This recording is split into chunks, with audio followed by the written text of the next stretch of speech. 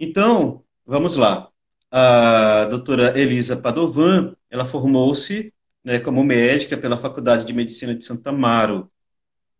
Gente, só para esclarecer, eu estou falando de Araguaína, no Tocantins, e a Elisa está falando a partir de São Paulo, né? São Paulo, capital, Sim. eu imagino, nesse momento. Fez residência de psiquiatria no Hospital do Servidor Público Estadual, é membro do IPLA, Instituto da Psicanálise Lacaniana, né? E também participa da Clínica de Psicanálise do Centro de Pesquisas sobre o Genoma Humano e Células-Tronco, da USP. É uma clínica de psicanálise que é dirigida pelo Jorge Forbes, em parceria com a geneticista doutora Maiana Zatz. Além de atuar em consultório particular, a doutora Elisa também coordena a equipe de psiquiatras e assiste pacientes na Clínica Parque Julieta, em São Paulo. É também atualmente diretora do Hospital Nova Reabilitação, que é um hospital psiquiátrico especializado no tratamento de doenças mentais e dependência química, que fica próximo a Sorocaba, no estado de São Paulo. Doutora Elisa, muito obrigado pela sua presença na nossa live. Fique à vontade para os seus comentários iniciais. Eu que gostaria de agradecer pelo convite. Eu acho que vai ser uma live muito interessante. A gente vai falar de bastante coisa legal na saúde mental, que é o que eu gosto de fazer, gosto de falar de saúde mental. E quem sabe tornar aí a vida daqueles que estão procurando por um atendimento, querem entender mais sobre ansiedade, depressão, mais fácil, né? Porque às vezes a gente vai procurar uma informação, mas a informação ela às vezes não vem de uma certa forma ajudar, às vezes até confunde mais, né? Então é legal da gente fazer uma live e conversar com pessoas que atuam na área e poder levar informação de qualidade, né? Acho que é isso que a gente busca aqui. E hoje vai ter, né? Prometo. Bom, eu vou falar aqui algumas breves palavras só para contextualizar, oferecer um pano de fundo para essa nossa live. De acordo com o site da Organização Pan-Americana de Saúde e também da Organização Mundial de Saúde, depressão hoje, né, é a principal causa de incapacidade em todo o mundo. Até 2012, 2013 era a segunda causa. Hoje já é a principal causa de incapacidade. E segundo matéria recentemente publicada pelo Estadão, né, jornal, a Uhum. partir de dados inéditos fornecidos pelo Google, a busca no Google pela expressão-chave, tendo essa pergunta: como lidar com ansiedade, bateu o recorde de interesse na última década e representou um aumento de 33% em relação a 2019. Então, assim, tendo esse cenário, né, como pano de fundo, vou fazer a primeira pergunta para você, doutora Elisa. Como um psiquiatra pode ajudar uma pessoa que esteja sofrendo com ansiedade ou que se sinta depressivo? Fica à Tá, vontade. obrigada. Então, eu gostei muito da sua pergunta, porque eu não sei se você percebeu, mas você usou duas palavras diferentes, e aí eu vou pegar essas palavras com aquela intenção psicanalítica e já elucidar a resposta a partir delas. Então, veja, você usou a palavra sofrer, né? Sofra, e você Uhum. usou a palavra sinta, né? Então, temos o sofrer e o sentir. Então, acho que a primeira resposta que eu dou em relação ao o que o psiquiatra pode fazer é ajudar o paciente a diferenciar se ele está num sofrimento e aí trazendo, puxando para o lado da doença, né? Então, a doença vai levar a um sofrimento, vai levar a uma limitação. E como o Carol Sonnenreich, que é o psiquiatra que eu sigo, né, em toda a psiquiatria, que foi onde eu me formei, e o Carol fundou o Serviço do Servidor, ele falava assim: doença mental é toda aquela doença que vai impedir o paciente de fazer escolhas. Então, ela tira a liberdade de fazer escolha. Então, tudo isso é sofrimento e é perda, né? Então, aí a gente tem a doença. Agora, se a gente sente uma irritabilidade, a gente sente uma alteração de comportamento, ou uma ansiedade, ou uma dificuldade para dormir, nem sempre esse sentir vai ser de uma doença. Então, acho que o principal papel do psiquiatra é diferenciar se aquele indivíduo está adoecendo ou se ele apenas está sentindo algumas alterações que ainda não configuraram uma doença, né? Então, esse é o primeiro ponto. Aí depois, ainda usando o que você trouxe aqui, grave ansiedade, né? Então, na pergunta, você já colocou a importância da gente saber sobre a gravidade. Então, às vezes você sabe que você tem uma depressão, uma ansiedade, mas você não sabe o quanto isso tá grave, por que tá grave, né? Que ninguém melhor do que o psiquiatra para avaliar e dizer para você, olha, tá leve, tá moderado, podemos fazer isso ou aquilo, né? E aí já entrando um pouco na questão do tratamento. Ninguém melhor do que o psiquiatra, por exemplo, na ansiedade ou na depressão, para escolher um antidepressivo ou um calmante, ou às vezes não escolher remédio nenhum e falar, olha, a tua ansiedade, a tua depressão dá para tratar com análise. E é uma coisa que muitas vezes a gente pode fazer. Nem sempre a gente precisa de remédio, né? Então, o psiquiatra também pode ajudar nessa construção do que ele entende como o melhor tratamento. Então, veja, fazer diagnóstico, estimar a gravidade, né? Depois traçar o tratamento. E no que tange ansiedade e depressão, é isso, é medicação e terapia ou só terapia, né? Então, são várias coisas que a gente pode fazer, né? E aí, Sim, uma coisa que eu acho muito importante, o psiquiatra vai ajudar aquele paciente a prevenir que ele entre novamente naquele quadro. Então, a gente não só trata a doença, como a gente também atua na prevenção, né? Como que aquele paciente não vai mais voltar no meu consultório por causa de um transtorno ansioso ou por causa de uma depressão. Se ele se prevenir, se ele tomar as medidas adequadas para que ele não caia no mesmo ponto. E aí é onde entra a psicanálise para me ajudar, né? Fazer o paciente sair de uma repetição, por exemplo, né? Que está sim. levando a acontecer. Então, são várias as maneiras que a gente pode auxiliar. E às vezes a gente pode só conversar, né? Às vezes o paciente não está doente, ele está aflito, mas ele está ansioso com alguma coisa. E cabe ao psiquiatra dizer, olha, o seu caso é apenas uma questão de reflexão, né? Então, tudo isso eu acho que pode aí responder a sua pergunta e ajudar as pessoas a entenderem que às vezes o psiquiatra não necessariamente vai tratar a doença, às vezes nem tem doença, né? Uhum. Então, Elisa, é interessante porque você, além de psiquiatra, também é psicanalista, né? Uhum. E nós vamos depois, nessa série de lives que a gente vai fazer, nós vamos ter Uhum. a oportunidade de fazer uma live aqui também para falar sobre depressão e ansiedade do ponto de vista psicanalítico, né? Então, até Sim. por isso que eu não Não, puxei muito fio. Hã? não vamos aprofundar tanto, né? Para dar próximo. Vamos fazer uma live também para falar. Mas é curioso, Elisa, se você puder, eu tenho algumas outras perguntas aqui já não está no quadro, mas assim, do ponto de vista da psiquiatria, de como você trabalha, né? Qual que seria assim, uma diferença entre ansiedade e depressão? Tem diferença, mas é importante, eu gosto sempre de explicar para quem é leigo no assunto, porque não adianta nada você entrar na teoria de neurotransmissores e não passar a mensagem, que acho que é o principal ponto aqui. Então, assim, a Sim, ansiedade, elas vêm de uma mesma família, vamos dizer assim. Então, às vezes, a pessoa pode adoecer mais pro lado da ansiedade ou às vezes mais pro lado da depressão. O que diferencia uma da outra? Pelo conceito do Carol, que eu acho que é um conceito muito bom de usar na prática e também de entender. Então, o paciente que estiver deprimido, ele vai estar lentificado do ponto de vista de velocidade de pensamento e de velocidade motora. Então, vai estar tudo menos, então é uma lentificação. E quando a gente fala de campo vivencial, que são os campos que a gente vive, tanto do nosso corpo quanto das pessoas que estão ao nosso redor, do nosso trabalho, da nossa interação na sociedade, isso é o campo vivencial, no deprimido está totalmente estreitado. Então, quanto mais deprimido, menos ele consegue estar na sociedade, trabalhar, estudar, se relacionar ou propriamente se cuidar. Então, em casos de muita depressão, você tem uma lentificação tão grande que o paciente não consegue nem sair da cama para tomar um banho, para escovar o dente, para comer, para fazer coisas simples, né? Então não consegue cuidar nem de si.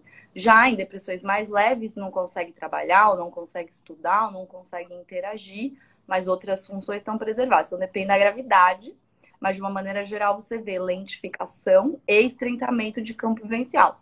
que são conceitos que não se usam, por exemplo, humor deprimido, né? Você tem outras maneiras de fazer depressão, pelos códigos, por exemplo. Você vai ler lá, vai estar humor deprimido, pensamentos assim, né? Tem uma série de sintomas, mas eu gosto de usar esse que é mais simples, é lentificado e estreitado. Quando você fala da ansiedade, é o oposto do ponto de vista da velocidade, então está numa aceleração, porque normalmente quem está ansioso está lá na frente. Meu Deus, será que eu vou passar na entrevista? Será que vai ser boa a live? Será que eu vou conseguir achar um psiquiatra? Será que eu vou dar certo com esse psicanalista? Ansiedade. Mas uma ansiedade patológica é aquela que te acelera, te coloca lá na frente, sempre querendo saber o que vai acontecer, se vai acontecer, e, portanto, te estreita. Veja, a gente fica ligado num assunto. É a live, é o psicanalista, é o tratamento, qual assunto que te deixa ansioso demais. Então, você tem um estreitamento desse campo psíquico, mas não porque você está lentificado, porque você está preso numa necessidade de saber sobre algo. Então, tem uma grande diferença. Mas o tratamento é o mesmo, do ponto de vista psiquiátrico. É com o mesmo tipo de medicação. Então, todos vão usar antidepressivo. Então, no fundo, é importante saber se você está deprimido ou ansioso, mas para o psiquiatra o tratamento acaba sendo o mesmo, do ponto de vista do remédio. E muitas vezes não sabem as pessoas, né? Mas eu tenho ansiedade, tomo antidepressivo. Sim, mas o antidepressivo também trata a ansiedade. Né? É a mesma medicação para transtornos diferentes. Mas acho que deu para entender, né? Essa coisa da aceleração, da lentificação e do campo vivencial. Que é Sim. bem É, ficou assim, para mim, eu acho que está bem claro, né? bem. E eu já aproveito, inclusive, até para fazer já propaganda e chamar, que a gente também está programando uma live para falar só sobre medicação, né? No tratamento da ansiedade e no tratamento da depressão. Hoje Uhum. nós estamos entendendo melhor, né, sobre essas questões e na próxima live, Né? Vou falar do mais básico, né? Do basal. isso, Todo mundo precisa saber, né? sim, isso. Profundo. E aí depois vamos falar sobre medicação também. Olha, e aí eu já tenho uma outra pergunta aqui, que é o seguinte: Uhum. como que eu posso saber, né, que é hora de procurar um psiquiatra? Tá. Bom, essa pergunta é muito importante, acho que é uma das mais importantes a se fazer, porque a gente tem uma questão na psiquiatria e não só na psiquiatria, tá? Na medicina como um todo. Como que era antigamente? Você ia no médico quando? Quando você ficava doente. Então, Uhum, até pouco tempo atrás, a medicina era o quê? Curativa. Você está doente, você busca o médico para se curar ou para se tratar. Atualmente, a medicina vai na linha curativa, mas preventiva, porque a gente não quer que as pessoas adoeçam. Então, veja, agora a gente está no mês de outubro, que é o outubro rosa, que é o mês de uhum, prevenção do câncer de mama. O que é prevenção de câncer de mama? Mulheres, façam um autoexame todo mês, mas uma vez por ano, independente de qualquer coisa, fazer os exames de imagem, os exames adequados para saber se não tem nada aí novo, né? A mesma coisa deve acontecer com a psiquiatria, infelizmente a gente está um pouquinho atrás, né? Já é difícil para as mulheres, nem todas vão fazer a prevenção, apesar de saberem que se fizerem não vão adoecer de um câncer de mama grave, pode até estar ali, mas pega no começo. O psiquiatra é a mesma coisa, quando as pessoas deveriam vir, não só quando elas estão doentes, mas quando elas estão achando que podem estar doentes ou vão ficar doentes, para que o psiquiatra faça a prevenção, né? Então, assim, ninguém é melhor do que o psiquiatra para tirar uma dúvida. Então, quando as pessoas devem procurar? Se elas têm história na família, para saber qual carga genética pode aparecer, o que elas podem ou de repente poderiam evitar para evoluir com uma esquizofrenia ou com uma abertura de um transtorno bipolar, que são transtornos graves e que ocorrem com influência genética. Então, isso seria a prevenção. Na dúvida, está passando por um conflito, mudou o apetite, o sono, o comportamento, está mais irritado, está mais. Alterou alguma coisa na tua maneira de viver a vida? Poderia vir ao psiquiatra. Né? Para quê? Para tirar a dúvida, para receber uma orientação, para ouvir uma opinião sobre, de repente, fazer uma análise, né? Uma consulta mesmo para estimar o que pode ser.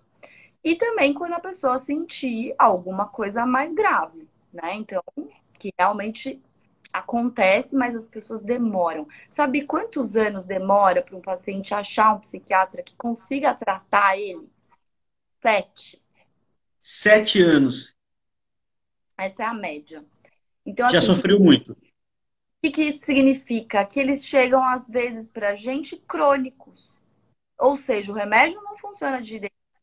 Quantos anos se passaram? A pessoa perdeu o trabalho, estudo, amigos, relacionamentos. Em 7 anos, muita coisa pode acontecer. E você doente 7 anos, então, por quê? Porque tem o estigma. Ai, meu Deus, eu não sou louco, eu não preciso ir no psiquiatra. Mas quem disse? Quem disse isso? Isso é um julgamento, né? Outra coisa, vai no clínico, vai no ginecologista, mas não vai no psiquiatra, porque psiquiatra é médico de louco, eu não sou louco. E isso tem que ser desconstruído. Psiquiatra é médico da saúde, da sua saúde mental, né? Se você vai estar doente ou não, você precisa ser avaliado, né? Então aí vem a culpa. As pessoas acham que elas são culpadas por adoecerem mentalmente. Isso é um conceito também muito ultrapassado. A gente já sabe que as pessoas são responsáveis por uma série de coisas, mas culpadas por adoecerem, né? E quantas vezes a gente não ouve, a depressão é coisa de gente fraca, de gente fresca, de gente que não tem o que fazer, né? Então eu não sou fraco, nem fresco, nem acomodado, então eu não tô deprimido. Às vezes sim, né? Então quem é que vai dizer? Principalmente o psiquiatra. Lógico, qualquer médico, qualquer profissional da área da saúde mental pode opinar. Mas quem realmente está ali todo dia fazendo isso é o psiquiatra, né? E que Então, estudou muito, né? exato. Então, assim, quando a gente tem que procurar o psiquiatra, o quanto antes. Porque na dúvida, é melhor você ir passar por uma avaliação e receber alta do que você esperar cronificar e dificultar um trabalho que já é difícil. Um trabalho que já tem uma resposta difícil de ser encontrada. Então, quanto mais tempo demorar, pior é, né? Sim. Muito boa essas suas colocações, né? E é o cuidado de si, né, Elisa? O cuidado de si. Não é luxo, não é, sabe? É o cuidado de Não, si, né?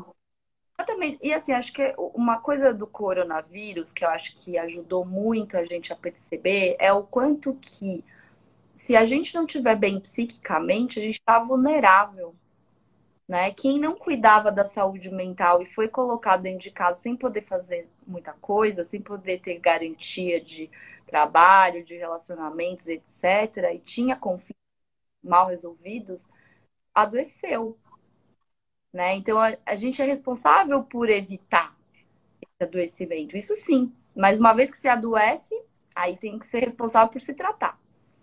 Então é um pouco Sim, de, né? Vamos prevenir. Antes de adoecer, a gente vai ver o que a gente pode fazer para não ficar deprimido, ansioso, ter uma ideação suicida de repente, né? sim. Então, por aí. E o nosso papel é divulgar isso, porque as pessoas às vezes não sabem. Eu não sabia que podia marcar consulta. Opa, é a minha bateria que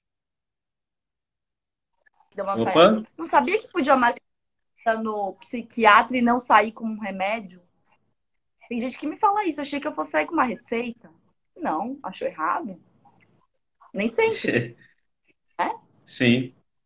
É. Você precisa de um tempinho aí? Não, acho que eu vou pegar um carregador, mas pode falar.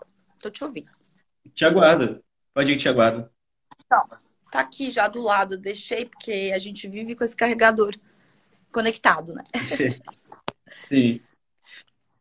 Enquanto você conecta aí, aqui uma Hum, terceira pergunta que nós temos é o seguinte: hum. para você, uma consulta online, porque agora nós temos a telemedicina, a consulta online funciona?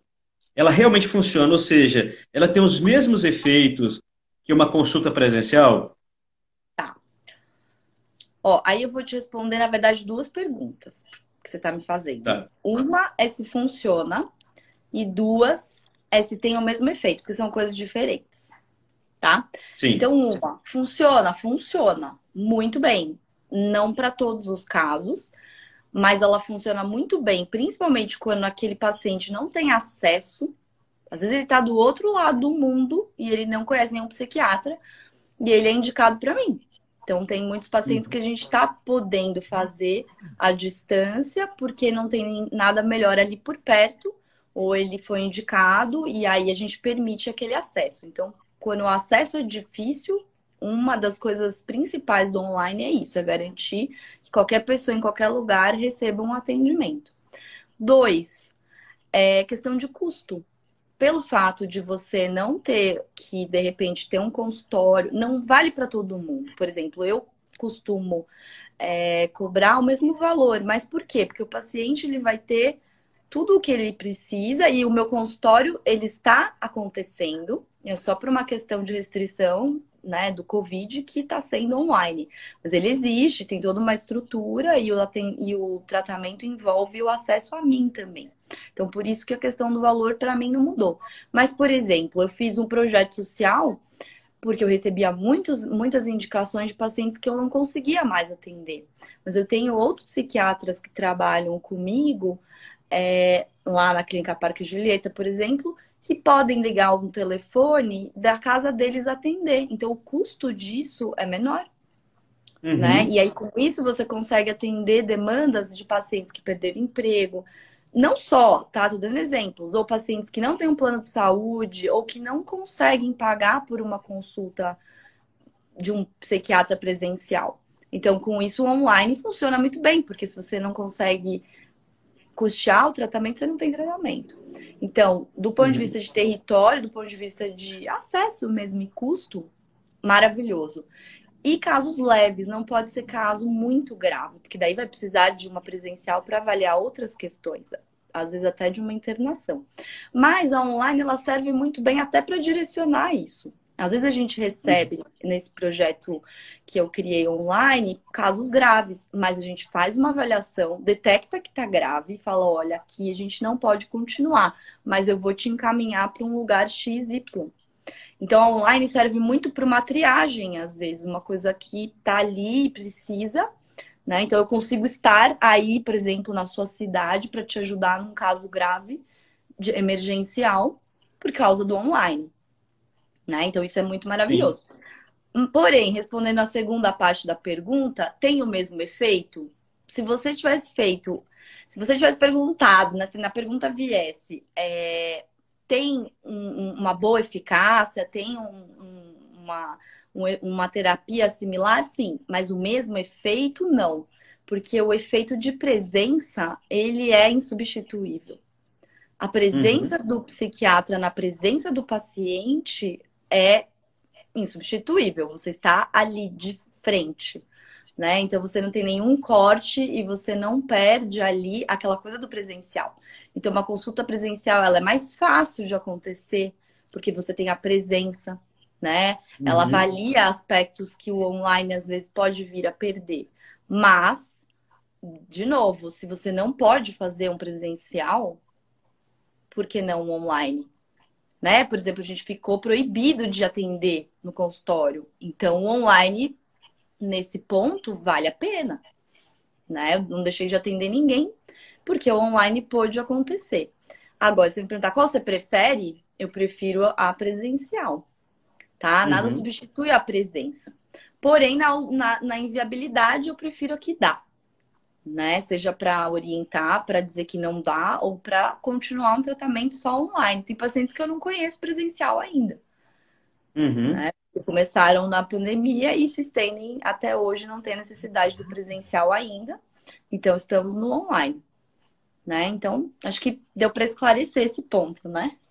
Sim, sim. É bom que fica. Então, uma próxima pergunta aqui, Elis, é o seguinte: às vezes o psiquiatra ele recomenda para o paciente procurar um psicanalista. Por que Sim. que isso acontece? Tá.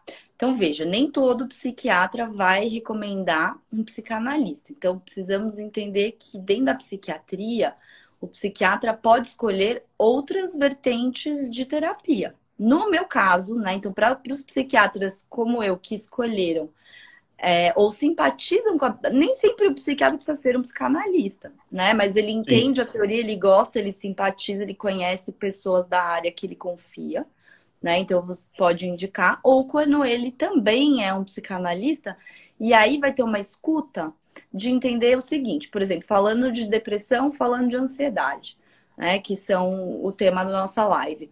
Muitas vezes a pessoa se sente triste, desmotivada, desanimada, que pode ser sintomas de depressão. Ok, você pode começar um antidepressivo, só que daí ao longo do tratamento você percebe que essa tristeza, essa falta de ânimo, ela tá ligada a uma questão subjetiva. E a maneira como aquela pessoa lida com um trauma ou com uma questão muito singular dela, e que você percebe que você dá medicação, vai melhorar, mas se você não tratar a partir da subjetividade, a pessoa vai cair no mesmo ponto quando você tirar o remédio. E aí, Uhum. às vezes, onde as pessoas dizem, eu fiquei viciada no antidepressivo. O antidepressivo não gera dependência. As pessoas acham que sim. Os únicos remédios da psiquiatria que geram dependência mesmo, química, são os tarja preta. Por isso eles são tarja preta. Porque eles são controlados, eles podem ser usados, mas se você tomar a longo prazo, ou eu tomar a longo prazo, vamos ficar dependentes. É uma questão química.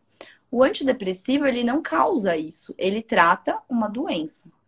Porém, se essa doença vem, né, de uma questão que a pessoa não resolve, provavelmente ela vai adoecer de novo. Então é aquela coisa de amarrar a pessoa numa medicação, porque ela não revê a sua maneira de escolher ou de viver a vida, ou de resolver um trauma. Então é aí onde entra a indicação da psicanálise, quando você tem uma demanda, e principalmente quando essa demanda está ligada ao adoecimento. Então, nesse caso, é muito bem indicado. Agora, tem vezes que o paciente já pede, né? Olha, eu quero remédio, mas eu quero terapia. Ótimo, então a gente também encaminha, né? Então, vem de um pouco de tudo, mas o cerne dessa resposta é marcar isso, que o remédio vai até um certo ponto, né? E ele ajuda até um certo ponto, mas a responsabilidade daquele singular, o remédio não vai agir. E aí só a análise pode incidir, ou alguma outra técnica, que daí algum outro psiquiatra vai indicar outros tipos, não sei. Né? Cada um vai na sua área. Eu gosto muito da psicanálise e tendo muito a essa indicação, né? Sempre que possível. Sim. Mas daí pode um outro psiquiatra indicar alguma outra abordagem terapêutica, né? Sim, é muito Alguma outra comum, né? terapia. Terapia pela fala, no geral, né? Sim, algo que trate ali a parte que não medicamentosa, vamos dizer assim, né? Muito bom. Então, olha, o tempo passa sendo uma velocidade, né? Passa Estamos rápido. quase vencendo o tempo. É. Elisa, Hum, além de incentivar a procurar um profissional, né? O psiquiatra pode, às vezes, não é sempre que vai fazer, mas pode indicar, às vezes, uma terapia, né? sim. Uma abordagem terapêutica pela fala. Como que familiares e amigos, eles podem ajudar alguém que esteja num grave quadro de ansiedade ou que esteja também num quadro depressivo? Uhum. Ó, eu acho que diversas maneiras, mas principalmente, acho que pontuaria duas. Uma, em melhorar o estigma.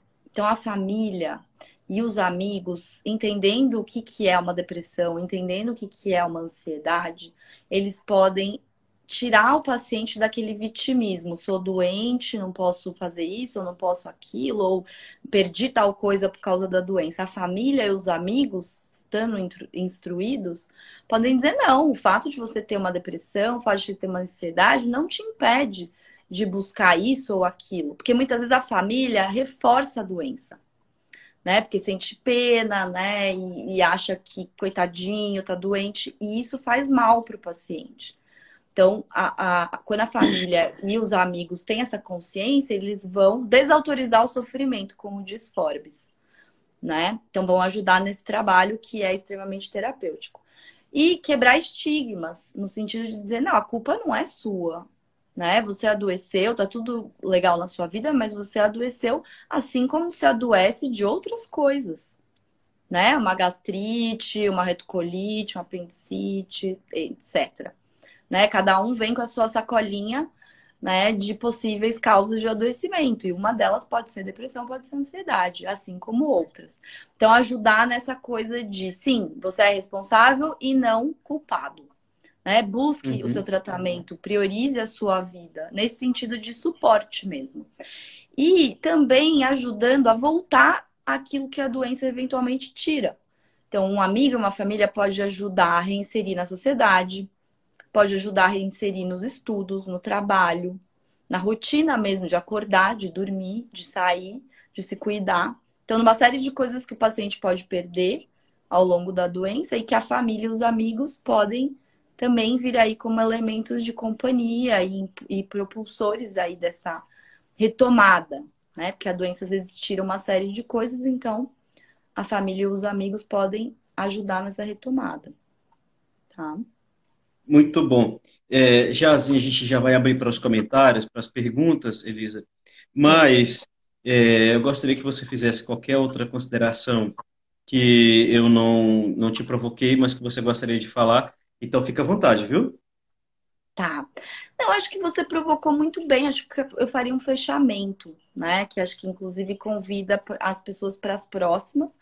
Que assim, o propósito de eu ter feito um Instagram profissional e de eu seguir outros profissionais, assim como você, conteúdos muito bons dentro da nossa área, né, de saúde mental, é a gente tirar o estigma, falar mais de saúde mental, oferecer uma informação de qualidade, né? E pensar em novas saídas, porque a psiquiatria ela entrou na medicina depois. E ela vem Uhum, atrasada e ela ainda vem pagando um pouco a conta do passado, de ter praticado técnicas que não foram legais e que hoje não são mais praticadas ou não deveriam mais ser praticadas se são, tá incorreto. E separar o que é uma boa psiquiatria, um bom diagnóstico, um tratamento adequado. Porque muita gente chega já muito doente, já cheia de preconceitos e já se colocando como doente como fim do mundo. E muitas vezes o uhum, nosso trabalho de conscientizar é evitar que a pessoa chegue ali. Né? De falar, poxa, o psiquiatra não é um médico estranho, eu não sou louco necessariamente, todos somos, mas não doentes disso, né? Eu posso ir para uma avaliação sem ter que sair com um diagnóstico ou com um remédio, vamos se informar, vamos ajudar as pessoas a se tratarem, a chegarem mais cedo no meu consultório, no dos outros, que possam ajudar, porque isso não está acontecendo, né? Então, acho que esse é o compromisso que a gente tem e pensar em como as pessoas cada vez mais terem acesso ao psiquiatra, que não é um tratamento barato, não é um tratamento fácil de se encontrar. Então, também vem aí ideias de projetos, de consultas online, para a gente aumentar a extensão, né? Porque cada vez mais está precisando cuidar de tudo isso e agora a gente pode, né, com online e tudo mais.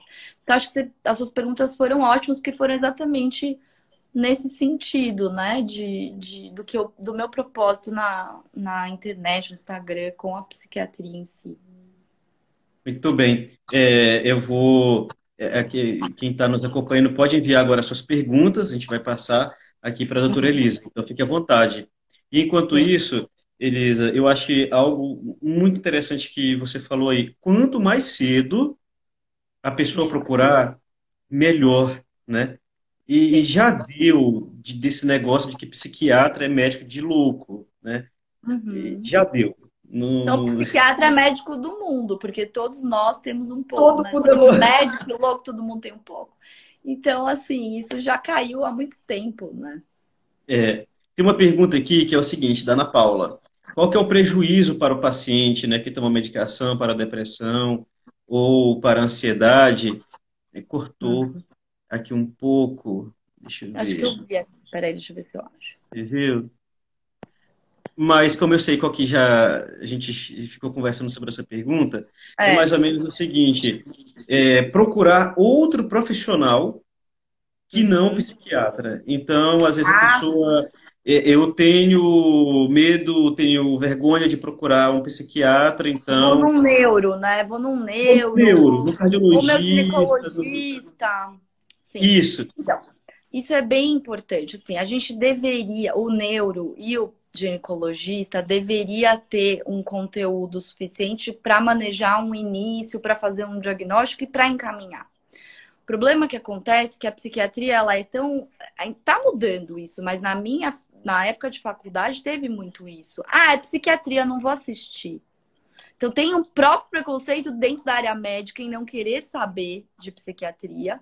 E aí, de repente, aparece lá um paciente e o colega não encaminha. Ou põe uma medicação sem todo o manejo que tem, que é explicar o começo, o meio, o fim, porque sobe, porque desce, quanto tempo toma. Tem uma série de detalhes que só quem lida com isso dia a dia vai saber, vai lembrar e vai estar atualizado. Então, eu tenho nada contra aí primeiro num neuro e aí primeiro num ginecologista ou num clínico geral. Se esses colegas garantissem a conduta até onde eles podem ir. Né? Então, por exemplo, eu entendo um pouco de endocrinologia, mas eu tenho um endócrino que eu indico, que é da minha confiança, porque eu sei até onde eu posso ir. Então, eu começo, mas sempre tá ali alinhado. Então, se fosse assim, não teria problema nenhum. Agora, se a pessoa se acomoda e acha que o neuro vai dar conta, que o ginecologista vai dar conta, não é nada contra ao neurologista e nem ao ginecologista, mas ele não estuda isso, ele não vai nos congressos que atualizam para isso, ele não tá. Pode ser um muito diferenciado, mas a grande maioria não tem perna para isso, porque a medicina produz milhões de coisas novas por dia. Então, é muito difícil se atualizar. Então, é muito. E outro, manejo é muito fora da medicina. Né? Então, o ginecologista está acostumado com protocolo, o neuro também, o psiquiatra tem poucos protocolos, é muito mais no singular. Então, é sempre bom que você vá, você pode até ir, mas depois marca no psiquiatra só para ter uma segunda opinião, que é mais segura, mais assertivo, que o tratamento vai ser mais rico, inclusive, né? Entendi. Muito bom, muito obrigado. Tem uma pergunta aqui da Érica Alves, é o seguinte: depressão tem cura ou só tratamento? Ah, isso é uma ótima pergunta, porque tem doenças mentais que não têm cura, que vão precisar de medicação para o resto da vida. Por exemplo, esquizofrenia ou transtorno afetivo bipolar, tá? Depressão tem cura. Tá? Tem cura. Então, eu consigo dar alta para um paciente que chega até mim. Porém, tem uma tendência a. Então, o que isso quer dizer? O paciente pode vir, se ele veio num primeiro episódio, começou a tratar rápido, tratou bem, fez sua análise, grandes chances dele sair da medicação. Então, curou, tratou aquilo e curou.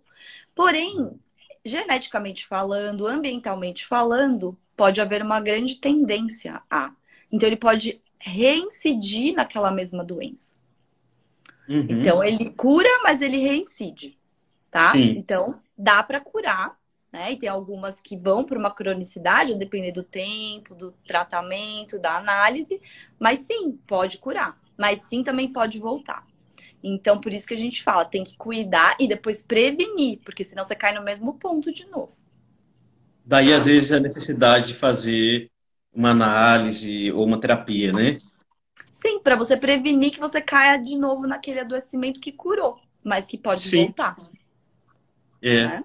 Nós temos uma outra pergunta que é o seguinte, olha, da Laísa. Como ajudar alguém jovem que tem depressão profunda, mas que acha que não precisa de ajuda? Então, primeiro ponto, para uma pessoa poder ser ajudada, ela precisa querer. Pode ser consciente ou inconsciente, tá? Porque às vezes a gente quer inconsciente, a gente diz que não quer, mas inconsciente a gente está pedindo ajuda de alguma maneira. Mas, resumindo, se aquela pessoa minimamente não quiser, a gente pode oferecer a ajuda que for, ela não vai se tratar.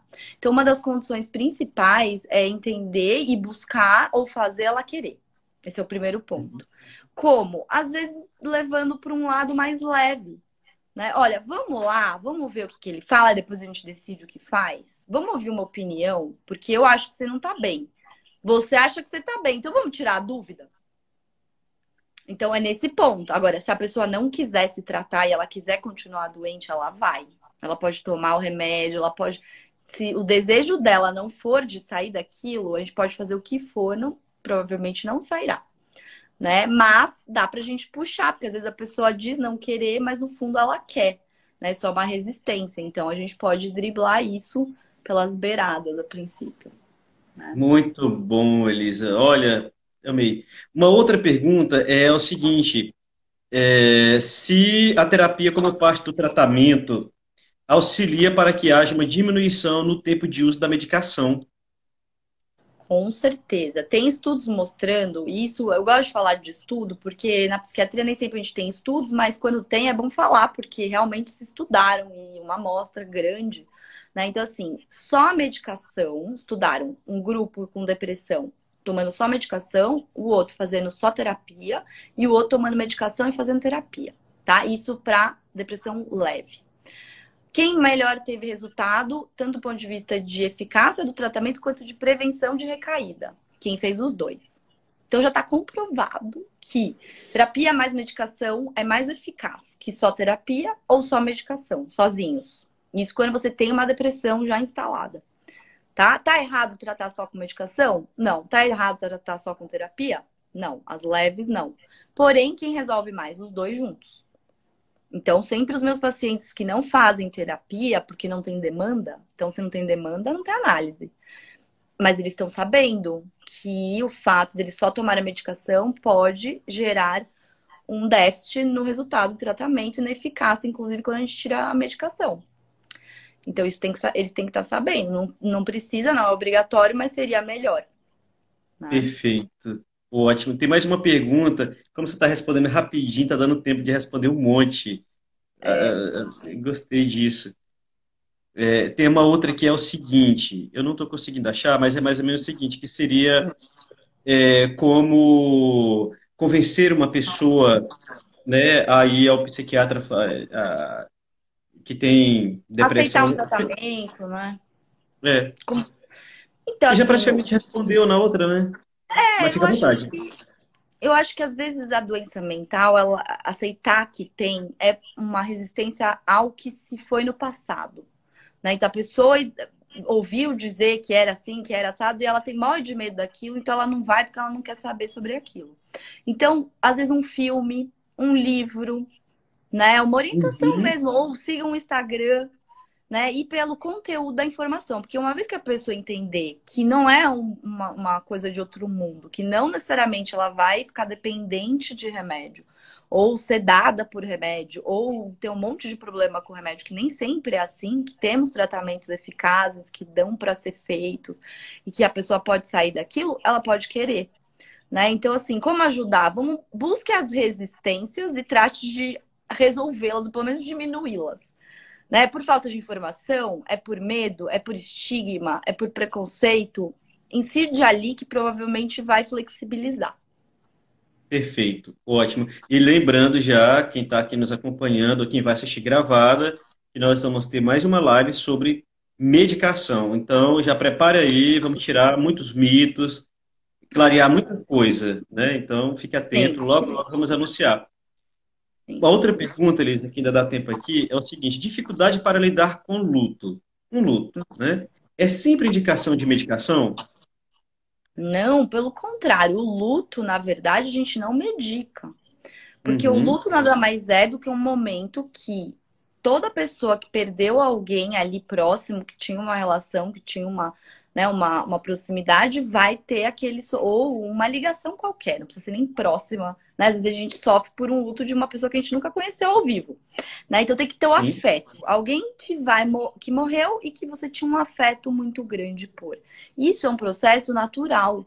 Se a gente não elaborar o luto, não passar por ele, a gente pode ficar preso, né, em certas histórias e situações, a gente pode não progredir na vida. Então pode ser até desenvolver uma doença por isso. Então o luto, ele tem que ser passado. As pessoas têm que passar por ele. E o antidepressivo numa hora dessa pode anular, porque a dor, ela faz com que a pessoa lide, encare, sofra, mas ao mesmo tempo há muita probabilidade de que ela lide com aquilo. Se ela não sente a dor, ela não vai pensar sobre aquilo. Então a gente pode promover como se fosse uma dissociação de algo que seria bom ela elaborar. Né? E como a morte, na maioria das vezes, pode ficar na negação, então se você anula a dor, a pessoa pode ficar na negação mesmo. Então, normalmente, a gente não medica o luto. Quando a gente vai medicar? Quando a pessoa deprime em cima do luto. Aí sim. Porque daí a depressão recebe medicação. né? Então, quando tem só o luto e não tem uma doença junto, né?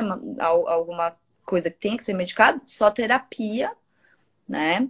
E aquela pessoa lidando da maneira que ela encontrar, né? Que pode ser mil maneiras, mas não com remédio, tá? Remédio só quando existe a doença, que luto não é doença, tá?